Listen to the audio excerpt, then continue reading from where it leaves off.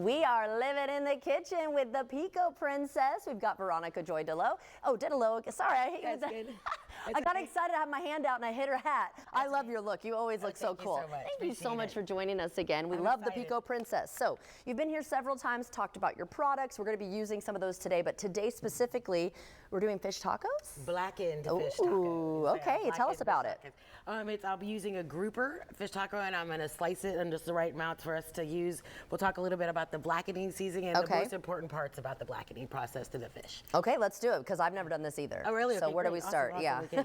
I learn all my cooking through the show. Oh, you know, I'm so glad you said that because I think, I don't know if I shared this with you, that I don't really blacken fish. That's not my normal thing. I normally fry fish. So normally I do the egg, the flour, the egg, the panko. So like when I do make fish at the Legion, it's always fried fish tacos. But I do love that too. But I know we're all trying to be a little bit more health conscious, and it's summertime. Nobody wants to always be heating things up super hot. So I've got two nice grouper fillets right here. And the thing I've learned about the blackening process through practicing this, because to do all of this, is like I've got to cut it thin. I'm no fish cutter, I'm no angler, I'm no butcher, but what I do is, it's how I learn it. And so what I did was I kind of just already cut them in the kind of strips that I'm going to want for them to be the size for the taco. Okay. So I kind of get them ready. So then that way I can easily, and I don't mind if it tears a little bit, I mean the cutting process, but so that they're all even and I can cook them at the same rate, and they both have time, they each have time to get to that nice. So that's the important part, is that you want to be able to make sure they're cooked. If they're too thick, if this would be too thick for me to cook, so I'm going to cut it thinner. Then another important part of this is that we're doing is going to be making sure we pat it dry. Oh. That's one of the most important parts in the blackening. Really? Yes, it definitely is. You got to make sure that that fish is patted dry. Other thing I've learned about the blackening process, while breading and all that is, but it's butter. Butter is the key. You want to use real butter in your blackening as we're doing that cooking. Okay, so that's going to be an important part. So we're going to just do this.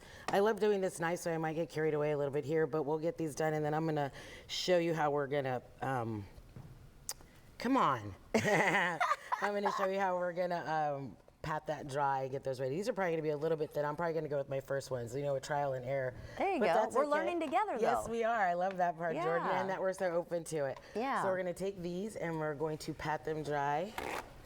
And they even look already dry, so I wouldn't have thought that I needed to do an extra. They're not like slimy, or how some meat is kind of like wet. Oh, and they don't have skin on, so it's always a plus right there. We don't have the skin. Okay. Right? And then you got this is grouper, you said? This is grouper. Okay. Yeah. I get it at my local fishery, Mayport CNC Fisheries. There you go. That's what I do, And they carry my products there as well. Oh, yeah. You can, when you're shopping for your seafood, you can go get her stuff too. Oh, gosh. People love that Pico there. And I'm so excited about doing that. The slaw that we're going to make with this is going to be awesome. It's part of with the Pico. Yeah, the pino one you had last time was really, it was the pineapple. Yeah, right, the pina. Oh, it is called pina. That. Okay, we were just talking about that. Yeah, so I do say pina. Next step, you want to make sure you're spraying these with this nice oil, a nice olive oil. Give them a good spray, right? That's going to be your next step. We're going to flip that.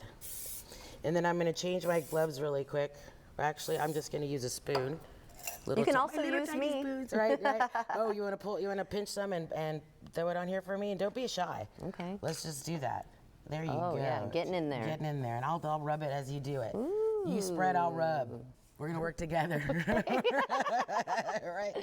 There we go. We got enough on that side. You think that's good? Yeah, I think so. We'll just flip them really quick. Okay. One more time. And you kind of did rub, just to make sure it sticks? Yeah, to get that oil in there. Yeah, to make the oil, too. The oil to make the stuff stick. Blackening seasoning, right? I guess maybe I'll make a Pico Princess blackening seasoning. You might have to, yeah. Right, the next step. Here we go. This is going to be the part where it gets hot. Okay. But the basics to a good blackening seasoning, if you can Google it, but of course y'all know me. I'm going to put cumin in it. So my comino is a key to a lot of the flavors that I feel bring the authenticity. Thank you. In my food. Yeah, I got you. Right. That's part of what we do as far as in Texas. But I love that. So, and I hope you can taste those flavors in it. Oh, I'm sure I will. Your stuff is always so flavorful. Right, this part might get a little smoky. Let's get ready. Okay. I'm gonna put just a few pats of butter. I always start with a little less. Oh my goodness. Okay, here we go. And I'm gonna let that melt nice. Medium high? Or? Yeah, because I don't want it to get burn. Okay. But then so I turn it up. This is what I've learned. I'm turning it up as the butter is melting. So then I'm gonna get it as hot as I want to when I add the fish. So the fish is only gonna take 1 or 2 minutes to cook. But if I turn it up too soon, then my butter gets too brown. Right, and we don't want that Nobody either. wants brown butter. So see, it's already starting to brown there in the middle. And then we're gonna come back, but how long will we have it on each side?